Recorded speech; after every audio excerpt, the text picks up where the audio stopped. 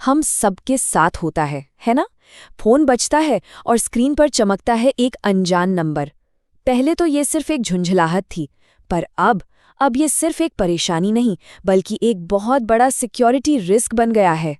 लेकिन अब एक ऐसा नया नियम आने वाला है जो इस पूरी गेम को ही बदल सकता है। सोचिए, अब कोई अनजान नंबर से फोन आए तो आपको सिर्फ नंबर नहीं, बल्कि कॉल करने वाले का असली, जी हाँ, उसका असली सरकारी नाम दिखाई देगा। तो चलिए पहले इस प्रॉब्लम को थोड़ा और गहराई से समझते हैं, क्योंकि ये सिर्फ एक छोटी मोटी दिक्कत नहीं है, ये उससे कहीं ज्यादा बड़ी बात है। देखिए, जमाना बदल गया है तो चोर भी डिजिटल हो गए हैं। कभी कोई फोन करके बोलेगा आपका केवाईसी अपडेट करना है, कभी कोई बिजली बिल कटने की धमकी देगा, और कभी तो कोई सीधा बैंक मैनेजर ही बन जाएगा। लेकिन इन सब का मकसद वो एक ही होता है। ये स्कैमर्स अपनी पहचान छुपाकर, अपनी असली आइडेंटिटी छुपाकर लोगों के बैंक अकाउंट्स खाली कर देते हैं। और सच कहूं तो ये छिपी हुई पहचान ही डिजिटल फ्रॉड का सबसे बड़ा, सबसे खतरनाक हथियार है। अच्छा, अब कई लोगों के मन में आ रहा होगा कि अरे, इसके लिए तो ट्रू कॉलर है ना। पर क्या ट्रू कॉलर वाकई उतना भरोसेमंद है जितना हम सब उसे मानते हैं? चलिए इसी को समझते हैं। कभी सोचा है कि ट्रू कॉलर को कैसे पता चलता है कि कौन कॉल कर रहा है? मतलब उसका असली सोर्स क्या है? क्योंकि ये कोई सरकारी डेटाबेस तो इस्तेमाल नहीं करता, तो फिर कैसे? इसका तरीका कुछ और ही है।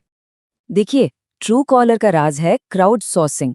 मतलब जब कोई भी अपने फोन में ऐप डालता है तो वो ऐप उस यूजर की पूरी कॉन्टैक्ट लिस्ट को अपने सर्वर पर अपलोड कर लेता है। फिर जब उस लिस्ट में से कोई नंबर किसी और को कॉल करता है तो ट्रू कॉलर वही नाम दिखाता है जो किसी ने अपने फोन में सेव कर रखा था। और यहीं से शुरू होती हैं दो बड़ी प्रॉब्लम्स। पहली, इन्फॉर्मेशन गलत हो सकती हैं। मान लीजिए किसी ने अपने दोस्त का नाम रॉकी भाई सेव किया है, तो कॉल आने पर आपको भी रॉकी भाई ही दिखेगा। स्कैमर्स इसी का फायदा उठाते हैं और अपना नाम एसबीआई हेड ऑफिस जैसा कुछ सेव करवा लेते हैं।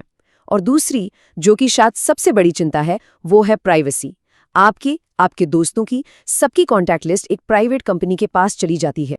तो बस इन्हीं सब दिक्कतों को दूर करने के लिए सरकार अब एक नया और ऑफिशियल सिस्टम लेकर आ रही है, और इसका नाम है CANP। एक बात साफ कर दूं, CANP कोई ऐप नहीं है, ये एक सिस्टम है जिसे सभी मोबाइल कंपनियां लागू करेंगी। इसका पूरा नाम है कॉलर नेम प्रेजेंटेशन, और इसका काम बस इतना है कि कॉल करने वाले का असली रजिस्टर्ड नाम स्क्रीन पर दिखाया जाए। और ये काम कैसे करेगा? बहुत ही सिंपल और सिक्योर तरीके से। जैसे ही कोई कॉल करेगा, मोबाइल नेटवर्क तुरंत चेक करेगा कि वो सिम किसके नाम पर रजिस्टर है। मतलब सिम लेते वक्त कौन सी सरकारी आईडी दी गई थी, बस वही नाम आपकी स्क्रीन पर आ जाएगा। और इसके फायदे जबरदस्त। पहली बात, नाम 100% सही होगा, कोई रॉकी भाई नहीं। दूसरी बात, इसके लिए न कोई ऐप चाहिए न ही इंटरनेट। और सबसे बड़ी बात, ये स्मार्टफोन पर तो चलेगा ही, साथ में जो नॉर्मल बटन वाले फीचर फोन होते ना, उन पर भी काम करेगा। तो चलिए अब एक काम करते हैं, CANP और ट्रू कॉलर को आमने सामने रखकर देखते हैं, ताकि दूध का दूध और पानी का पानी हो जाए। इस टेबल में सब कुछ साफ है। CANP का डेटा सोर्स है सरकारी KYC, यानी एकदम पक्का। वहीं ट्रू कॉलर का सोर्स है लोगों की फोन बुक, जो भरोसेमंद नहीं है। इसलिए CANP में नाम हमेशा ऑफिशियल होगा, जबकि ट्रू कॉलर में कुछ भी हो सकता है, नकली नाम, निकनेम, कुछ भी। और हाँ, CANP को ना इंटरनेट चाहिए ना स्मार्टफोन, ट्रू कॉलर को दोनों चाहिए।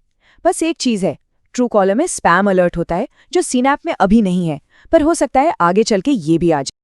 ठीक है, तो अब ये नया सिस्टम आ रहा है, तो सवाल ये है कि इसके लिए हमें क्या तैयारी करनी है। सबसे पहले और सबसे जरूरी सवाल, जो सिम इस्तेमाल हो रहा है, क्या वो वाकई आपकी ही नाम पर है?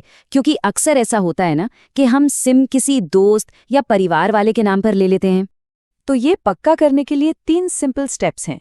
पहला, ये चेक कीजिए कि सिम किसके नाम पर है। अगर ये आपके नाम पर नहीं है तो याद रखिए, जब आप किसी को कॉल करेंगे तो आपके दोस्त या रिश्तेदार का नाम दिखेगा। दूसरा, अगर जरूरत पड़े तो पास के किसी भी टेलीकॉम स्टोर पर जाकर अपना KYC पूरा करवा लीजिए। और तीसरा, आप सरकार के ऑफिशियल संचार साथी पोर्टल पर जाकर भी अपनी डिटेल्स ऑनलाइन चेक कर सकते हैं। ये सब सुनने में तो बहुत अच्छा लग रहा है, पर सबसे बड़ा सवाल, क्या इस नए नियम से ऑनलाइन फ्रॉड सच में बंद हो जाएंगे? किसी ने कहा था नाम में क्या रखा है, पर देखिए आज के डिजिटल जमाने में नाम में ही सब कुछ रखा है।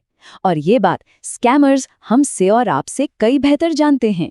CANAP यकीनन एक बहुत बड़ा और ज़रूरी कदम है, लेकिन क्या फ्रॉड करने वाले हमेशा एक कदम आगे नहीं रहते? क्या वो कोई नई तरकीब नहीं निकाल लेंगे? ये डिजिटल सिक्योरिटी की एक ऐसी लड़ाई है जो शायद कभी खत्म नहीं होगी, और ये एक ऐसा सवाल है जो हम सबको सोचने पर मजबूर करता है।